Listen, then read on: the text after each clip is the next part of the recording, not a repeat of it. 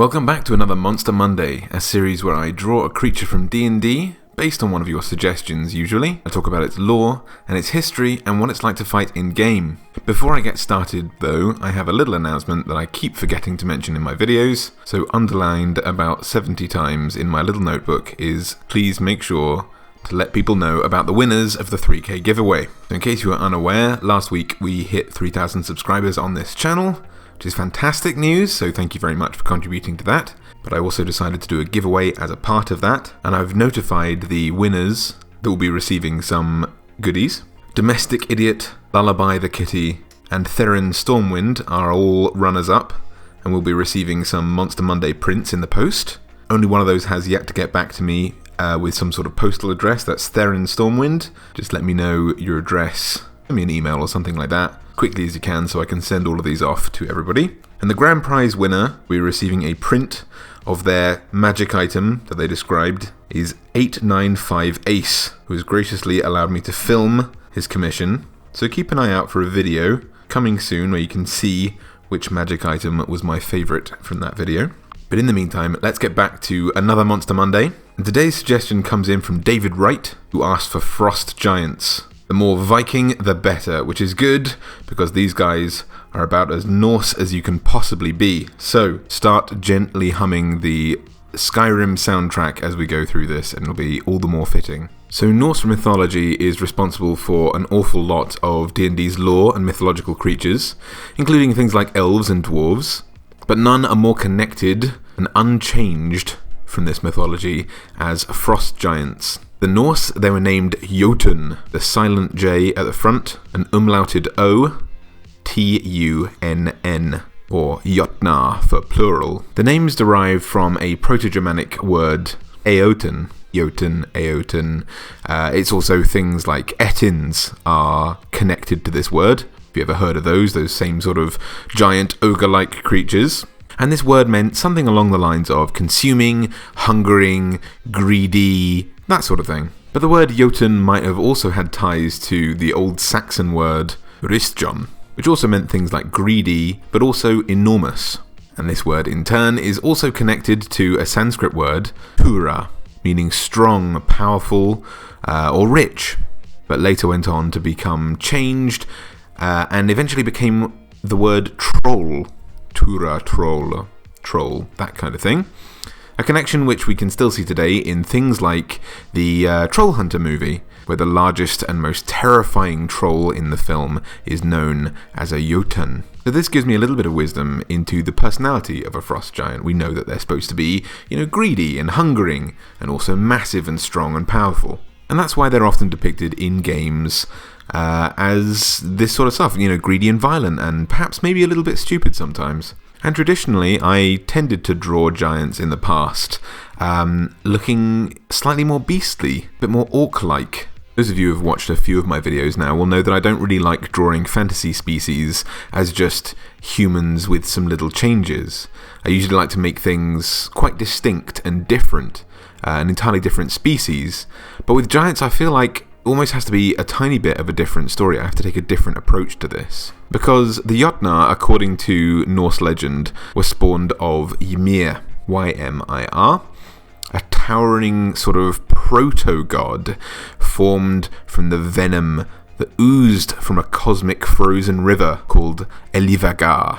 Ymir then went on to produce the Jotnar from his armpits, weirdly. An odd creation story. The male ones came from one side and the females came from another armpit. But on top of the Jotnar, Ymir also created the Norse gods, or at least some of them, most notably including Odin, the father of all gods, who then, as thanks for being created, decided to cut up Ymir and use the pieces to forge the world out of his corpse. So potentially, as no massive distinction is made, Odin could kind of be called a Jotun. And that thought has kind of influenced why I'm choosing to draw today's monster as a bit more human than usual. Now, I'm obviously taking influence from D&D and also the Marvel comics and Marvel movies, where in all these different forms of media, frost giants are described as being blue-skinned, or at least having cold hues to their skin, and also cold hues to their hair, usually white or something along those lines. But otherwise, I'm going to go quite human with them. But that's an interesting point. Where does this myth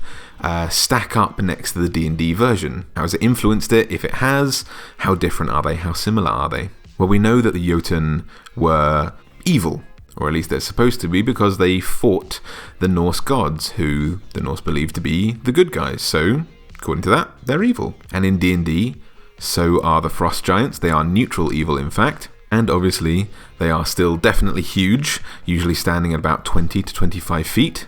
But there tend to be some fairly serious divergences after that, after you've covered the basics of a massive person, usually dressed like a Viking. In D&D, they weren't created from Ymir's body, but by someone called Anam, a being that they call the Allfather, a title which is reserved for Odin in Norse mythology.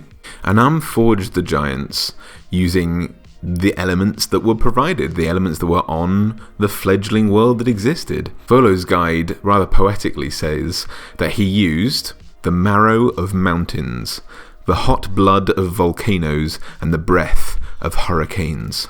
And supposedly he did this long before the elves or humans walked the earth, and when the world and the dragons were still very young.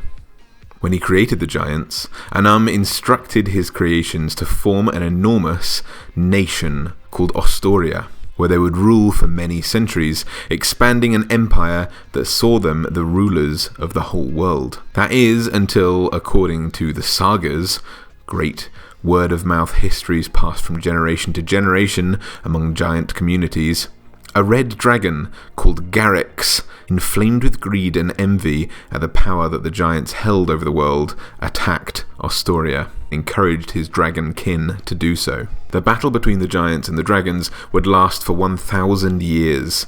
Eventually, none who were alive at the start of the conflict on either side remained to tell the tale, and all that was left was the bitter taste in each other's mouths, this molten hatred between two species which persists even to this day. Ostoria itself was so wounded by this conflict that its ruins are scarcely recognizable from gravel and dust, where once it was an enormous, cloud-glittering city that dwarfed any other kind of species' efforts at making a metropolis. But in the end, its farmlands, ashen and barren, and all the different kinds of giants that there were all scattered and separated, their cultures and traditions warping and altering over time, apart from each other. Unforgiving of their failure to protect this empire, Anam disavowed his children, vowing to never regard them again until they rebuild the once great Ostorian Empire. Anam is not a kind father,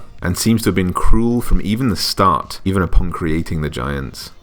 Even before building Ostoria, one of his first acts after creating his kin was to gift them, as he put it, what the giants call the ordning, a hierarchy that they follow to the letter even to this day. Now, the Monster Manual has a fantastic passage on the ordning, so I hope you'll indulge me while I read this part straight from the book. It says, each of the main giant races, the cloud, fire, frost, hill, stone, and storm giants, are related by common elements of history, religion, and culture. They view one another as kindred, keeping any inherent animosity over territory and ambition to a minimum. Giants belong to a caste structure called the ordning. Based on social class and highly organized, the ordning assigns a social rank to each giant. By understanding its piece in the ordning, a giant knows which other giants are inferior and superior to it, since no two giants are equal. Each of the giant races analyzes a different combination of skills or qualities to determine the ordning. Giants make excelling in these qualities the purpose of their lives. At the highest level of the ordning, the races of giants are also ranked according to status. Storm giants are highest in the ordning, followed by cloud giants, fire giants, frost giants, stone giants, hill giants, and finally, giant kin, such as Fomorians, Ettins, and ogres. Regardless of a giant's rank among its own race, the chief of a hill giant tribe is inferior to the most common of stone giants. The lowest ranked giant of any type is superior to the highest ranked giant of any inferior type. It isn't considered evil to disrespect or even betray a giant of another type. Merely rude. Now, I don't know about you, but that sounds like absolutely abysmal living conditions to me. But the giants have memories, they have histories of meeting their creator. They are a physical being, and they literally handed them this as a structure to live their lives. It is a sacred way of life. It is a dogma. They live by it because they believe that it is the right thing to do. None would even think to question it. Sort of like the feudal system that we used to have here in the UK. Medieval times, where even the peasants wouldn't dream of trying to abandon their social status for a better way of life because they believed that God had put them in place to serve. They didn't want to change even if their lives were terrible because they believed that that is the purpose that God had for them. This is very much the attitude that giants have, even if it means that they suffer under the heels of other giants. Now, as we just heard, frost giants are not the mightiest of the species, but they value strength and ferocity over all other things. And with a strength of 23, if they value might, they should be bloody proud of themselves. Their violent culture sets them apart from other giants. Wear only patchwork armor, giving them an AC of 15. Again, sorry for spoilers. And this patchwork armor is made out of bones, hide, and composite components fashioned together from their fallen, smaller foes. For example, if they killed a bunch of adventurers, they might take their shields and sew them together into scale mail armor, for example. They don't care to create. They have no industry or desire to have one, and they consider craftsmanship beneath them, whereas violence is more important. But they will take the time to skin a fallen dragon and add its bones to their armor, or maybe its hide, not so much for defense, but for image, for status, and as a warning to dragons, their natural-born enemies. Frost giants are violent raiders who wait until blizzards encircle their enemies' lands, taking it as almost a divine calling to attack, and also a good omen of their potential success. Their cruel and brutish ways extend even to their animal companions. They often ride beasts or harness their might in combat, but they don't train them, certainly not for kinship, and definitely not with any kind of animal husbandry or anything like that. Instead, they brutally beat powerful creatures into submission and assert their dominance and breed a culture of submission through fear. So how do frost giants manifest in combat? Well, they're a challenge rating 8 creature, and they're immune to cold damage, just as all giants tend to be immune to their associated elements. As I mentioned before, they're very strong, they're quite durable. They're not very smart, they have -1 intelligence, but that's only just slightly lower than average. And when it comes to attacks, they can make 2 Great Axe attacks per turn, each dealing 3d12 plus 6 slashing damage, and they also have a rock throw attack, as all giants do in D&D. Their one in particular deals 4d10 plus 6 bludgeoning damage. And for those of you who have never come across a giant in D&D before, the rock throwing thing might seem a little bit weird. It's described in the monster manual as allowing them to become used by armies if they happen to be mercenaries, as basically living, sentient, mobile siege weapons. But I think the reason why this is such a feature of giants is because it's probably also because it's a Hobbit reference as well. There's a moment where Bilbo sees a few stone giants in a rock-throwing battle or a game. He initially thinks it's thunder. And the passage says, Bilbo saw that across the valley the stone giants were out and were hurling rocks at one another for a game and tossing them down into the darkness, where they smashed among the trees far below or splintered into little bits with a bang. In frost giant culture, a game is played where structures are constructed out of ice and snow. The more complicated the better. Then 2 giants will take turns throwing enormous rocks at this structure to see who can destroy more of it. And that's how they compete for strength among their own kind. So just keep an eye out for falling rocks if you're ever in a frosty environment, because it might be a 20-odd foot Viking. Anyway, I hope you enjoyed this one, guys. I definitely did.